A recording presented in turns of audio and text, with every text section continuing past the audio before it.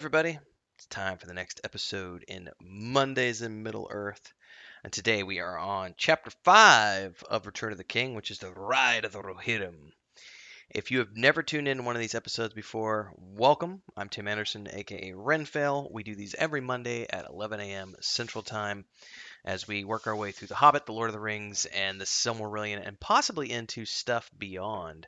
Because I've never read the histories of Middle Earth and other things, and I may be getting into that if this series continues to pick up speed and be appreciated and supported by the community. Which, if you've never been here before, like, subscribe, hit that bell icon, and to support, it's really easy.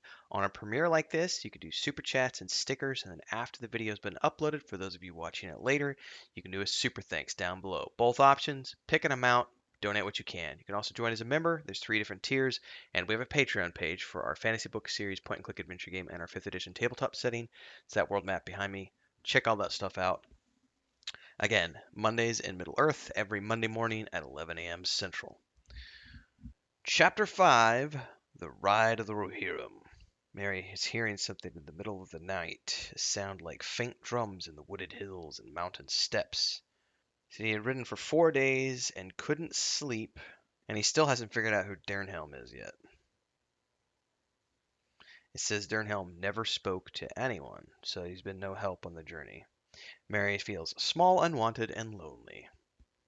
So what he's hearing is the woses, the wild men of the wood, and they use these drums to talk to each other. Says they still haunt the Druadan forest, remnants of an older time. Ooh.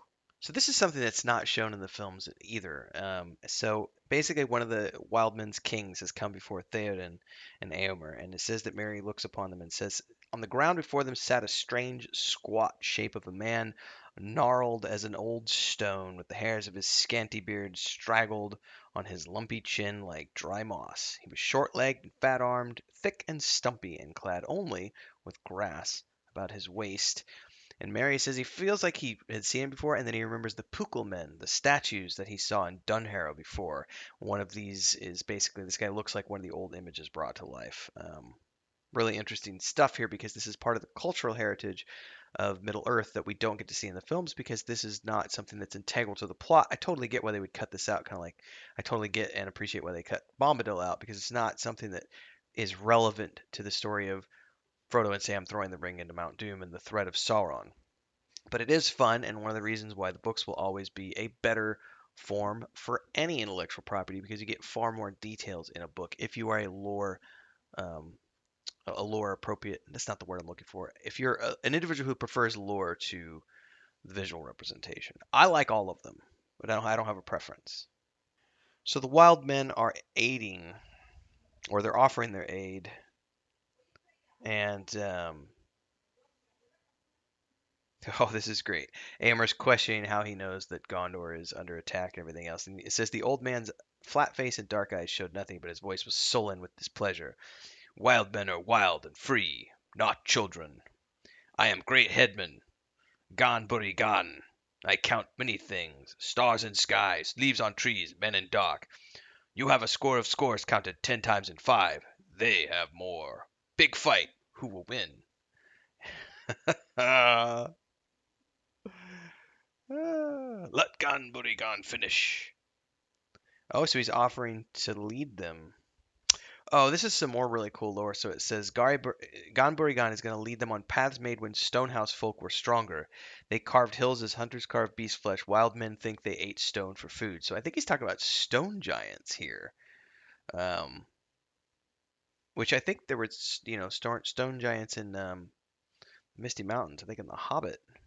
Ooh, this is great. Gon says he doesn't need any reward. He said, just in the future, if you win, leave us alone and don't hunt us like beasts anymore. It says, to prove myself, I'm gonna go with Theoden, King. I'm paraphrasing here because I'm not gonna read his dialogue line for line because I don't want to get in trouble for copyright stuff. Um, some we can get away with, but we can't completely read through it all. He says he's going to go with Theoden to prove himself, and then if he leads them astray, Theoden has the right to kill him. Oh, so they found some dead scouts they had sent, and it looks like one, his head was cut off. Yeah, so Theoden's saying that Denethor has heard no news of our riding and will despair of our coming. Oaths ye have taken, now fulfill them all to lord and land and league of friendship. Ooh, this is an interesting paragraph. Now silently the host of Rohan moved forward into the field of Gondor, pouring in slowly but steadily like the rising tide through breaches in a dike that men have thought secure. But the mind and will of the black captain were wholly bent on the falling city, and as yet no tidings came to him warning that his designs held any flaw. So they're getting to sneak in from behind because the captain is completely sidetracked with the assault on Minas Tirith, which we were talking about in the previous chapter. So they have no clue that Theoden is about to ride down upon them. Oh, this is the speech. Arise, arise, riders of Theoden! Fell deeds awake, fire and slaughter! Spears shall be shaken, shields shall be splintered. A sword day, a red day, ere the sun rises. Ride now, ride now, ride to Gondor! With that he seized a great helm from Guthlaf his banner bearer and blew such a blast upon it that it burst asunder. Oh man, this is just ugh. And they ride into battle right after. That's a very short chapter, but the next one is the Battle of the Pelennor Fields, which is where everything comes together, and it's the hammer and the anvil. So we're going to be reading that next week. So if you haven't already done so, don't forget to like, subscribe, and hit that bell icon. Stay tuned for next week's update. And again, support on a premiere like this. You can do super chats and stickers. After the fact, do a super thanks. Join as a member of the Adventurers Guild here. Check out the Patreon page. But support in some way, shape, or form if you can, please. I really appreciate it. It keeps Chris and I going full time, keeps the lights on, internet paid, air conditioning, cats fed, and it keeps me doing this every single week, full time for all of you who enjoy this stuff. So until next time, stay safe and happy reading.